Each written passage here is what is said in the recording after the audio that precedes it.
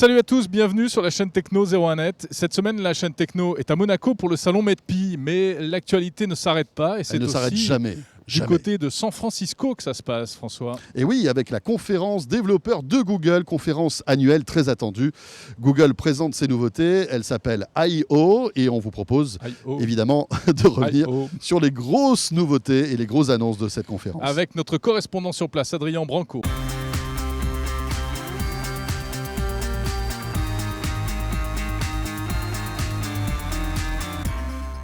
Qu'est-ce que c'est Google I.O. Google I.O. c'est la conférence annuelle de Google. À la base, comme son nom l'indique, In-Out, c'était une conférence qui est essentiellement dédiée aux développeurs.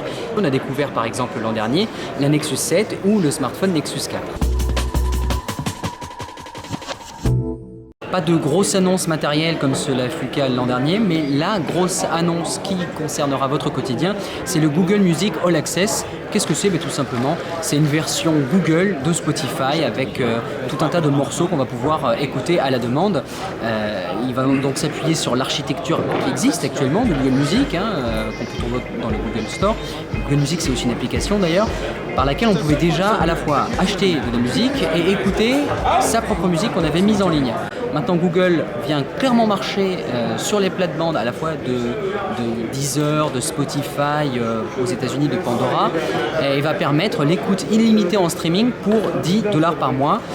Il est fort probable que ce tarif devienne 10 € sous nos latitudes françaises.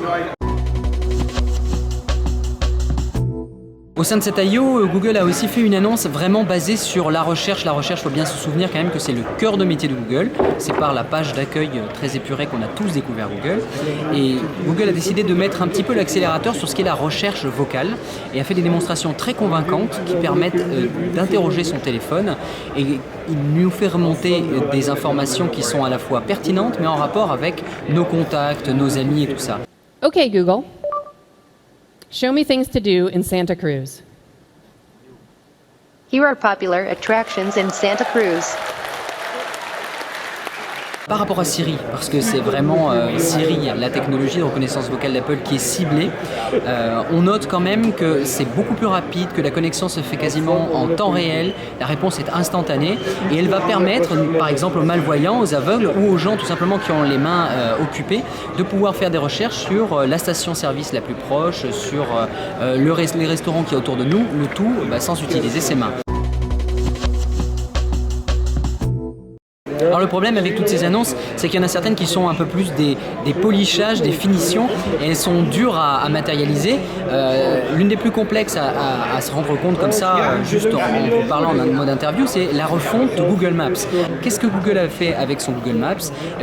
Ils ont fait des petits ajustements au niveau visuel, ils ont amélioré la rapidité, la réactivité et la façon dont les images se chargent, mais ils ont aussi développé une interface qu'on appelle une seamless interface en anglais, dans laquelle il n'y a plus vraiment de colonnes à gauche, à droite et tout. On est plongé dans la carte, les boutons apparaissent de manière assez intuitive et c'est une refonte assez fine qui touche pas mal à l'ergonomie. C'est encore une fois de plus une attaque à Apple qui est quand même sacré roi de l'ergonomie en logiciel. Qu'est-ce que ça va changer pour nous ? Beaucoup de choses et pas grand-chose. Pas grand-chose parce qu'effectivement un Maps ressemble à un autre.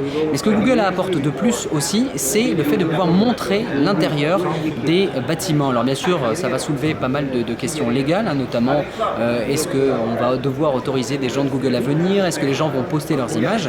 Mais lors de la conférence, Google a clairement fait une démonstration très convaincante qui permet, comme dans Google Street View, de rentrer à la fois dans les centres commerciaux, dans les restaurants, bientôt peut-être, qui sait, dans votre maison. Il faut quand même noter que ici c'est une conférence à la base pour les développeurs et ce qu'il y avait d'assez intéressant pour eux, c'est que Google commence à mutualiser et assembler toutes ces briques. Par exemple, Google Analytics, qui était utilisé juste pour mesurer l'audience d'un site web, est maintenant implémenté dans l'interface développeur de Google Play. Donc ça va permettre aux développeurs, que ce soit des grandes entreprises ou des PME, de pouvoir bien monitorer leur audience, de pouvoir bien prévoir quand lancer une opération promo et tout ça. Même chose au niveau de l'implémentation du chat. On avait Google Chat, on avait Google Talk, on avait Google+, et bien tout ça est unifié au sein de Hangout. Donc au travers du rapprochement de toutes ces applications, on sent que Google est un petit peu en train de faire fructifier sa recherche.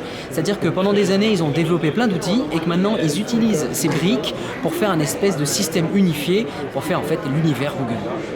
Merci Adrien pour ce coup d'œil sur les nouveautés, les annonces Google qui évidemment se concrétiseront dans les semaines et dans les mois qui viennent. On y reviendra bien sûr. La chaîne Techno 01net, nous on repart au boulot, hein Jérôme? Aïe oh, aïe oh. Voilà, comme dit Google. On Allez, à très repart vite. au boulot. Ça suffit Jérôme, il faut arrêter là maintenant.